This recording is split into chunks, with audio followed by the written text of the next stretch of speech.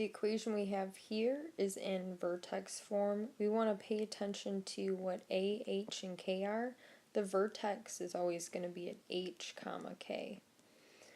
That value that's going to correspond in our equation is our H is 3, not negative 3, because notice there's a built-in negative sign into that format.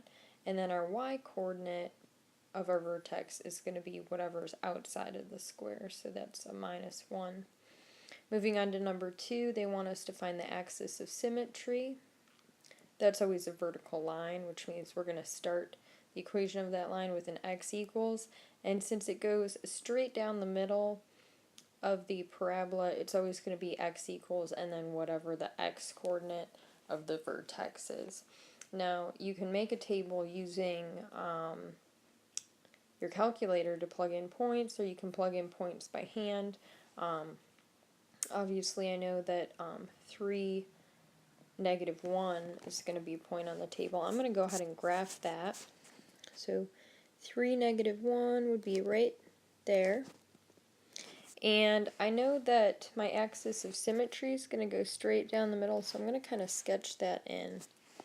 I also see I don't have any kind of stretch because my A is 1. So my parabola is going to open up. I know if I go 1 away from the vertex, it would be up 1. And if I go 2 away from the vertex, it would be up 4. Okay, so my parabola is going to look something like this, to just kind of do a rough sketch there. And you can fill in that table using your calculator, or you can plug things in by hand. You know, you would want to pick values that are near the vertex, and then say plug that number in to calculate what you would get, like this. Okay, and use those coordinates to plot.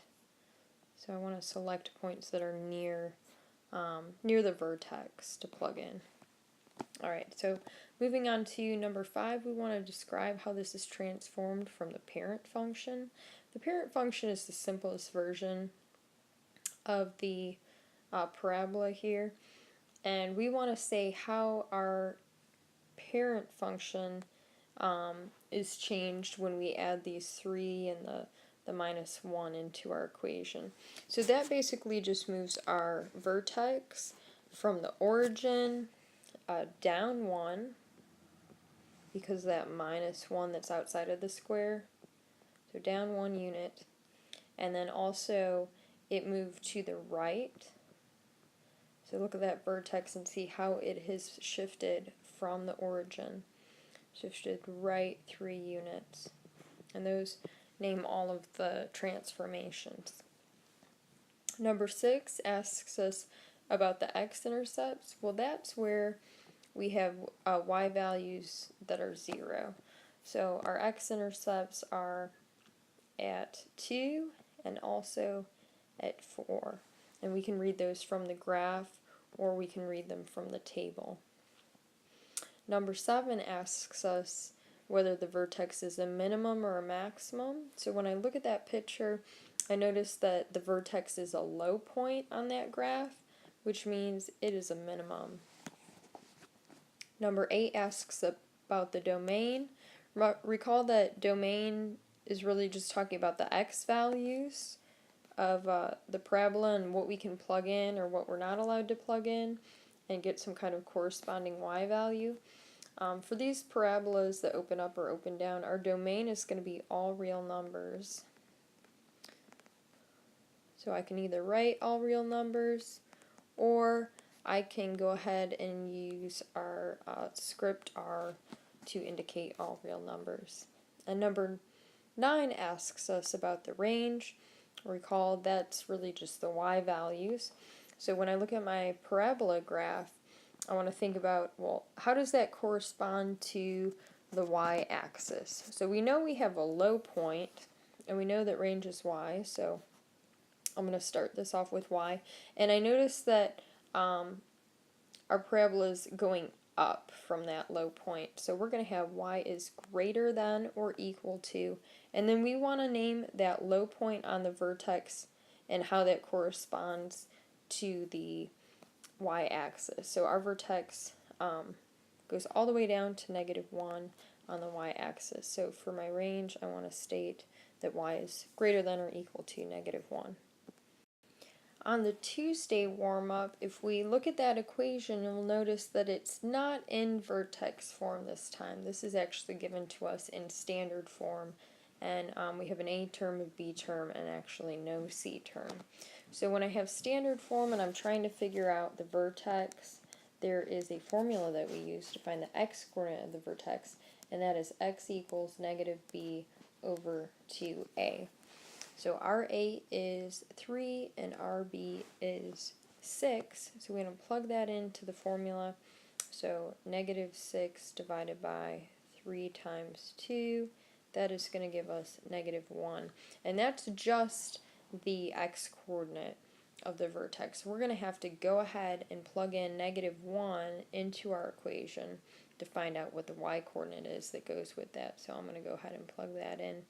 3 times -1 squared plus 6 times -1.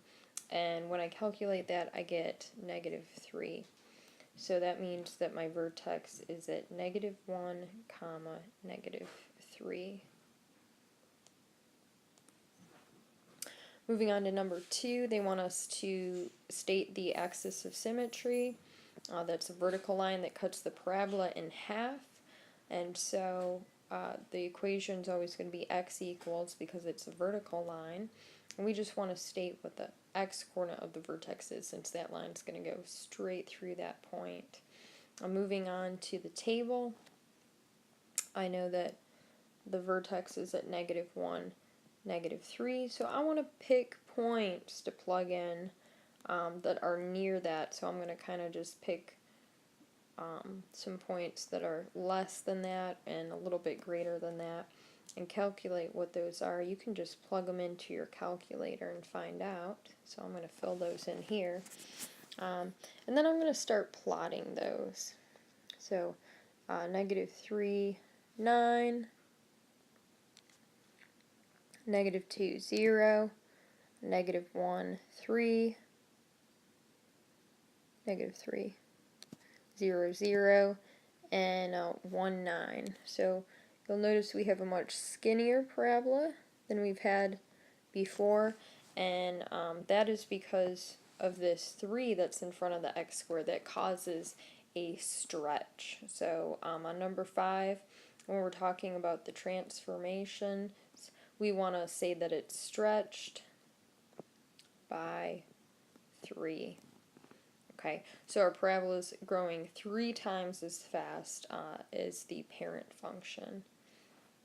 We also, when we look at that vertex, we'll see that it's actually moved from the origin by left 1 unit, and also down 3. Moving on to number 6, they want to know what the x-intercepts are.